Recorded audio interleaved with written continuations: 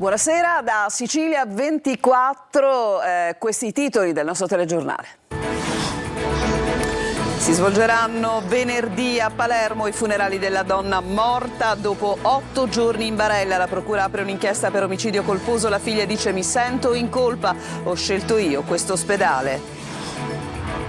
Natale con freddo, neve e pioggia in Sicilia, imbiancate le cime sopra i 500 metri, ma non tutti gli impianti sciistici sono aperti. Il maltempo durerà fino a Santo Stefano. Allerta terrorismo, anche a Catania installate fioriere in cemento e ferro in Vietnea. L'obiettivo è garantire maggiore sicurezza nel centro storico e nei mercatini natalizi. Da esattore della mafia pentito, la storia di Francesco, dall'incontro con il Papa all'inizio di un percorso che l'ha portato ad aiutare i bimbi autistici. Scompaiono 23 istituti accorpati ad altre scuole nel piano di dimensionamento scolastico della regione. Per la CGIL è un attacco al diritto all'istruzione. Calcio, Natale più sereno per il Catania dopo il successo con il Sorrento, il 30 la ripresa degli allenamenti, poi il mercato. Nel posticipo di Serie C finisce 0-0 tra Trapani e Foggia.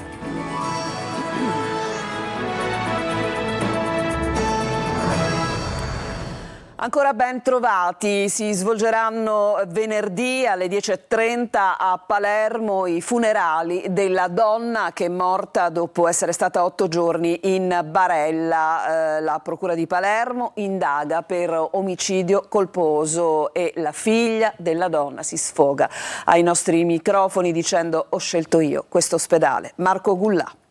Omicidio colposo. Sulla morte della donna 76enne all'ospedale Ingrassia di Palermo è rimasta per 8 giorni in barella. La procura del capoluogo ha aperto un fascicolo. Ieri ai nostri microfoni il grido di disperazione della figlia. Io mi sono sentita in colpa perché penso che noi siamo responsabili anche delle scelte che facciamo. Quindi io ho scelto questo ospedale. Anche se in verità è l'ospedale più vicino, quindi per me un ospedale vale l'altro perché dovrebbe, penso, essere così. Una delle ipotesi è che l'anziana sia rimasta vittima di un'infezione contratta in ospedale, quasi certamente negli 8 giorni in cui, pur essendo un soggetto fragile, è rimasta al pronto soccorso. Per adesso il fascicolo aperto dal sostituto procuratore è a carico di ignoti. Al vaglio degli inquirenti ci sono le posizioni di medici e infermieri del pronto soccorso e del reparto di medicina che hanno avuto in carico l'anziana dal 10 dicembre. I funerali della donna si svolgeranno nella giornata di venerdì. E intanto il GIP di Palermo, Maria Cristina Sala, ha convalidato il provvedimento di fermo e disposto gli arresti in carcere per Francesco Lupo, 30 anni, accusato di avere sparato alcuni colpi di pistola 2 giorni fa contro un operaio della Reset davanti al cimitero dei Rotoli a Palermo. L'operaio ferito, che si era recato domenica al cimitero per portare un fiore al padre morto, è ricoverato all'ospedale Villa Sofia ancora in prognosi riservata. E adesso ci occupiamo del tempo. È un Natale all'insegna di freddo e neve. Sicuramente la perturbazione artica porterà ancora dei fenomeni anche piovosi e il maltempo si protrarrà fino a Santo Stefano, ma ci dice tutto Orazio Longo. Quando si dice bianco Natale, Sicilia che non ha nulla da invidiare alle blasonate zone del nord Italia, non si scia dappertutto ancora, gli impianti sull'Etna sono chiusi, ma la neve ha toccato tutti i rilievi isolani dai Monti Sicani, questa è Cammarata in provincia di Agrigento, ai Nebrodi, alle Madonie. Strade innevate in altura, qui siamo sui Monti Silvestri, con un'auto che è rimasta bloccata. Difficoltà per gli automobilisti anche a quote più basse, tra Ragalna e Biancavilla per esempio, fiocchi copiosi a Enne e a Caltanissetta, liberi solo i Monti Iblei, a Siracusa.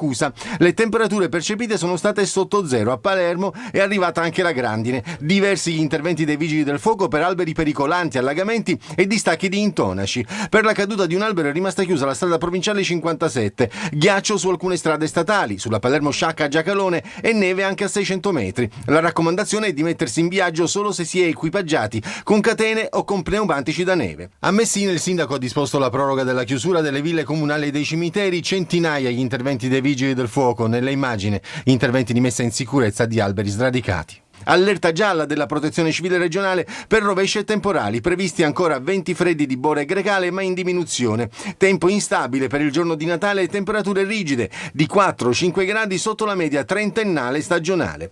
Un rialzo significativo è previsto per la fine della settimana, mari che rimangono molto mossi. E se il freddo è pungente, a ricordarci il caldo sarà il concerto del trio lirico Il Volo. L'esibizione è registrata lo scorso agosto, ad altre temperature evidentemente, ma con abiti adeguati per l'occasione, e cioè la trasmissione per la notte di Natale sui canali Mediaset con sullo sfondo il Tempio della Concordia, illuminato con un gioco di luci per rendere la location ancora più suggestiva, per promuovere Agrigento, capitale della cultura 2025. Adesso andiamo a Caltanissetta. Il Natale 2024 è stato celebrato in modo straordinario con un albero di Natale unico nel suo genere, composto, pensate, da circa 100 trattori. L'installazione, che vedrete comporsi tra poco, rappresenta un omaggio all'agricoltura e alla resilienza della comunità locale. L'idea è stata concepita da Michele Vitale, un agricoltore nisseno, e ha preso vita grazie alla collaborazione e all'entusiasmo di numerosi agricoltori della zona. L'albero, oltre a essere un'attrazione visiva e simbolica, racconta una storia di unità e solidarietà, ricordando il valore del lavoro condiviso in un periodo segnato da sfide come la crisi idrica che ha colpito duramente la Sicilia. Anche a Catania misure antiterrorismo, ma l'emergenza sicurezza in centro storico va oltre gli ultimi episodi internazionali. Sentiamo Tonino De Mana. Fioriere in cemento e ferro, nel cuore di via Etnea, ma questa volta non si tratta di addobbi natalizi, ma di misure antiterrorismo, imposte dopo i fatti di Magdeburgo in Germania, con un'auto che si è lanciata sulla folla, provocando 2 morti ed oltre 60 feriti. La decisione è arrivata dopo la riunione del Comitato per l'Ordine e la Sicurezza Pubblica, che ha visto sedersi attorno a un tavolo il prefetto di Catania Librizzi, il sindaco Trantino e i rappresentanti delle forze dell'ordine. L'obiettivo è garantire maggiore sicurezza e vigilanza nel centro storico ed in particolar modo nelle zone interessate dai mercatini natalizi. In tema di controlli, in questo caso antiambulantato, ci piace sottolineare l'intervento della polizia effettuato dopo un nostro servizio che documentava l'anarchia in Corso Sicilia. In pochi minuti sono state fatte smontare decine di bancarelle, liberando la zona dai tanti abusivi. Il giorno dopo questo lo scenario, alcuni extracomunitari sono tornati, ma sono in allerta, guardinghi, pronti a scappare con le loro mercanzie. Ben vengano i controlli, aggiungiamo noi, ma saranno efficaci solo se verrà garantita continuità. In Piazza della Repubblica registriamo invece lo sconforto della titolare di un bar, costretta a lavorare in una zona decisamente insicura. Se tu parcheggi lì, se non dai il pizzo ti trovi la macchina strisciata come la sono trovata io. Dovete chiamare la polizia. Sì, chiamo la polizia e non mi ritrovo più la macchina. Ci sono anche un sacco di delinquenti che spaccano le macchine, vetri a tempesta ne hanno rotti per pochi euro, magari messi lì sul cruscotto. Lei si sente protetta? No, abbiamo fatto 3 processi. Mio marito ha avuto anche una pistola puntata da un senzatetto italiano. Immancabili parcheggiatori abusivi sulle strisce blu, come vedete nelle nostre immagini, mentre sotto i portici, a ridosso di piazza Grenoble, è quasi impossibile percorrere il marciapiede per la distesa di materassi, giacigli di fortuna, cartoni e rifiuti lasciati dai tanti senza tetto, sorpresi dall'improvvisa ondata di gelo. Il modello Caivano diventa un sistema nazionale di lotta al degrado. In arrivo fondi per i quartieri a rischio, fra questi anche a Palermo e Catania. Manlio Viola. 180 milioni di euro per riqualificare 7 quartieri degradati in Italia utilizzando il modello Caivano messo in campo nel 2023. Fra le 7 aree che potranno usufruire di questi fondi ci sono 2 quartieri siciliani nelle principali città dell'isola. Si tratta di Borgonuovo a Palermo e San Cristoforo a Catania. Borgonuovo è un quartiere a ovest della città, sorge ai piedi di Monte Cuccio, confina con aree come il Ceppo e Cruillas. I vicoli di questa zona hanno visto delitti e storie di degrado, ma vivono anche l'esperienza delle parrocchie, a cominciare da quella di padre Antonio Garau, parroco in prima linea contro povertà, abbandono scolastico e devianza minorile. San Cristoforo di Catania è invece il quartiere dove è cresciuto Nitto Santapaola, oggi considerato l'ultimo padrino vivente. E anche se Santapaola è al 41 bis, questo resta terreno di reclutamento per Cosa Nostra, evasione scolastica altissima, un'area padroneggiata da ambulanti abusivi. Qui è nato il progetto Liberi di Scegliere, che ha portato alla nascita dell'osservatorio prefettizio. Noi siamo in Sicilia la regione con il più alto tasso di dispersione scolastica e questo si verifica soprattutto dove ci sono periferie degradate. L'intervento del governo nazionale, realizzare strutture sportive, introdurre degli elementi anche culturali in un tessuto urbano troppe volte abbandonato, penso sia la strada giusta. Ora il commissario straordinario, lo stesso di Caivano, avrà a disposizione 100 milioni nel 2025, 50 nel 26, 30 nel 27. Si parte dai piani da fare entro 2 mesi dalla pubblicazione della legge e per mettere nero su bianco gli interventi, le linee guida verranno proprio da parrocchie e associazioni che hanno già tracciato la giusta via. Adesso vi raccontiamo la storia di Francesco, da esattore della mafia di Gela fino alla rinascita attraverso la lotta contro il racket, ma anche il sostegno ai bimbi autistici. Jerry Italia. Quando mi sento dire che non si può cambiare, certo. Io sono cambiato e l'ho dimostrato da 12 anni. Una vita all'ombra della mafia, poi la svolta verso la luce. Francesco, un tempo uomo del clan Emanuello, era colui che bussava alle porte dei commercianti di Gela per riscuotere il pizzo. 3 pagamenti annuali che non ammettevano rifiuti, ma il suo arresto nel 2004 segna l'inizio di un lungo percorso di cambiamento. Il mio cambiamento già parte dal carcere, nelle mura dove ero ristretto. Uscendo sono iniziato ad avere i primi cambiamenti. In carcere per 10 anni Francesco trova nella solitudine e nella Bibbia l'occasione per riflettere e ripartire. Da quella cella inizia il lungo e difficile percorso di reinserimento, aggravato da una caduta sul lavoro che gli costa una gamba e da una successiva battaglia contro il cancro. Nel 2023 però il momento simbolico della sua trasformazione, l'incontro con Papa Francesco che ha suggellato il suo cammino di redenzione, una nuova vita dedicata alla figlia Matilde, affetta da disturbi dello spettro autistico, per la quale ha fondato l'associazione Un Sorriso per Matilde, che sostiene le famiglie con ragazzi autistici. Ci occupiamo di disabilità, ma soprattutto di autismo, di bambini che hanno bisogno, accompagniamo le persone negli ospedali, tipo adesso periodo natalizio stiamo facendo la raccolta dei panettoni, chi può offrire un panettone, noi ci diranno i nomi delle famiglie e li consegniamo alle persone che oggi purtroppo, difficile dirlo, non si possono permettere. Determinato a spezzare il legame con Cosa Nostra, Francesco ha iniziato a collaborare con l'associazione anti-racket guidata da Salvino Legname. Attraverso le sue testimonianze porta un messaggio di speranza e incoraggia a spezzare il silenzio imposto dalla mafia. Per questo mi rivolgo ai giovani che si sentono intrappolati e magari pensano di non potersene uscire. A tutto c'è rimedio, dico a questi giovani. Contattateci, anche le istituzioni saranno pronte ad aiutare questo tipo di cambiamento. Oggi, lontano dall'ombra del suo passato, Francesco diventa simbolo di riscatto, dimostrando che anche per le vite più segnate c'è sempre una strada verso la redenzione. A Palermo il Tribunale del Riesame ha revocato gli arresti domiciliari a Dario Migliorisi, 50 anni, l'autista del 118, accusato di avere truffato una donna che avrebbe pagato oltre 1.000 euro per essere assunta come centralinista in una clinica privata.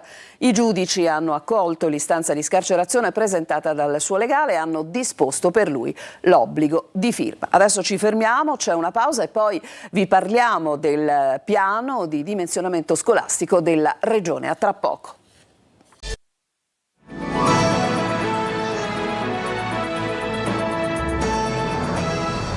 Seconda parte del nostro telegiornale. È stato pubblicato oggi sul sito della Regione Siciliana il nuovo piano di dimensionamento scolastico per l'anno 2025-2026. Pensate che scompaiono 23 istituti accorpati ad altre scuole, ma sentiamo il dettaglio nel servizio di Manlio Viola.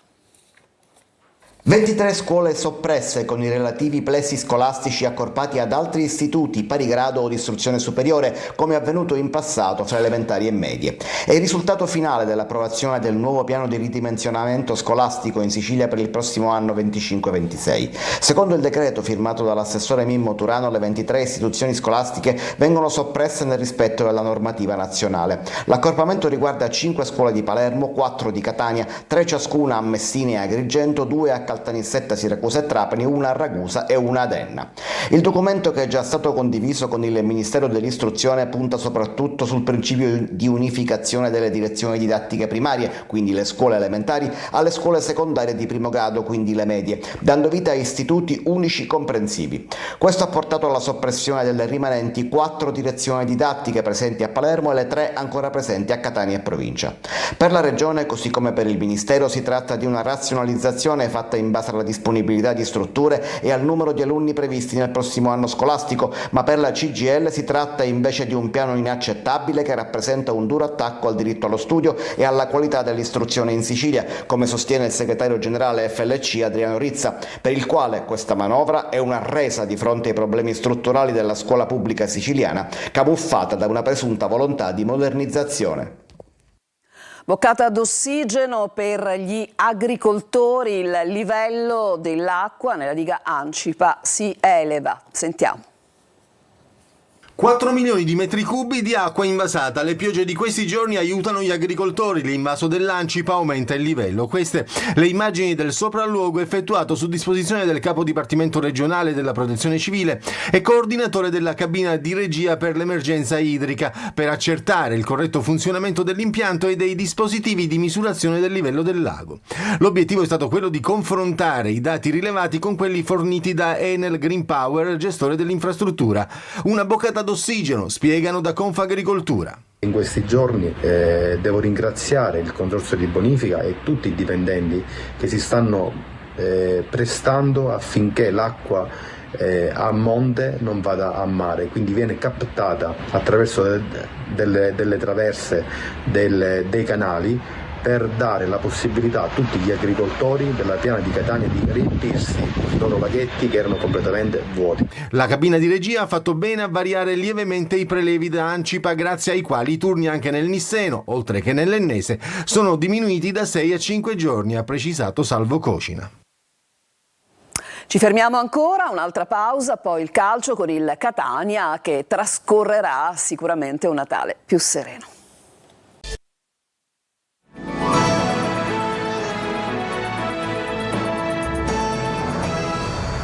Siamo al calcio, il Catania vive un Natale più sereno dopo il successo con il Sorrento, il 30, la ripresa degli allenamenti, poi l'apertura del mercato e il big match contro il Benevento. Ma sentiamo Marco Carli. Il Catania si gode il Natale. Il 4-0 maturato negli ultimi 20 minuti con il Sorrento ha eliminato le scorie del post-potenza e della fine del primo tempo, aprendo a un po' di serenità. Adesso pausa fino al 29 dicembre, poi dal 30 riprenderà la preparazione in vista del big match contro il Benevento. Stoppa, uno dei protagonisti dell'ultimo periodo, crede nella possibilità di lottare fino alla fine. Metteremo il massimo di noi stessi per fare il meglio. E sicuramente la sfida col Benevento sarà una partita importantissima e daremo l'anima. Per riuscire a tornare in alto bisognerà non sprecare le occasioni, avere continuità, quella che è mancata fino ad ora ai rossazzurri. È una cosa che ci stiamo lavorando anche e soprattutto col mister, perché è un aspetto più che di gamba, è un aspetto mentale. Stop è una colonna del Catania che sarà modificato in parte sul mercato. Tanto dipenderà dagli esuberi, verrà sacrificato anche qualcuno della rosa che è stata impiegata fino ad ora. Tutto nel segno della sostenibilità, ma ha ribadito Toscano, la società sa cosa fare. Di certo è così per Stoppa da quando gioca nel suo ruolo naturale il trequartista. Mi lascia tanta libertà nel muovermi. Io è una cosa che mi piace fare, andare a destra, a sinistra, avere libertà nel movimento. Sono contento per come sto facendo, anche per l'andamento che stiamo facendo con la squadra, quindi dobbiamo continuare così e dare sempre il meglio di noi stessi. E alla ripresa del campionato, domenica 5 gennaio, Telecolor trasmetterà in diretta, in esclusiva, in chiaro, il big match Benevento-Catania, 4 ore live a partire dalle 14. Restiamo sempre in Serie C, nel posticipo appunto della serie. Trapani e Foggia non si fanno male, 0-0 ieri sera al Provinciale. Franco Cammarasana. Ha deluso le attese della vigilia il posticipo di ieri sera fra Trapani e Foggia. Entrambe speravano di ottenere un successo che le rilanciasse in zona playoff, ma sono uscita dal Provinciale con un pugno di mosche. Di abbondante solo vento e freddo, zero o quasi lo spettacolo, con molti errori individuali, anche se l'impegno non è mancato. Niente precisione però in fase offensiva, tanto che le difese l'hanno fatta da padrone senza doversi impegnare più di tanto. Eziolino Capuano, alla sua prima davanti al pubblico granata dopo il suo arrivo a Trapani, ha messo in campo un Trapani aggressivo che ha trovato però un Foggia blindato nelle retrovie. Non a caso ha subito 2 soli gol nelle ultime 7 partite. Qualche sussulto la gara l'ha avuto dopo la mezz'ora. Al 31esimo una punizione di Benedetti respinta da Perina. Al 39esimo deviazione di testa imprecisa di Fal su un cross di Ciotti, altrettanto alla para di occasione alla ripresa. Di buono al 24esimo una punizione di Benedetti con Celiento che di testa ha colpito l'esterno del palo. Poi più nulla e tutti in vacanza. Non ci sono altri aggiornamenti, dunque Sicilia 24 termina qui. A tutti voi grazie per averci seguito e naturalmente l'augurio di un Natale sereno.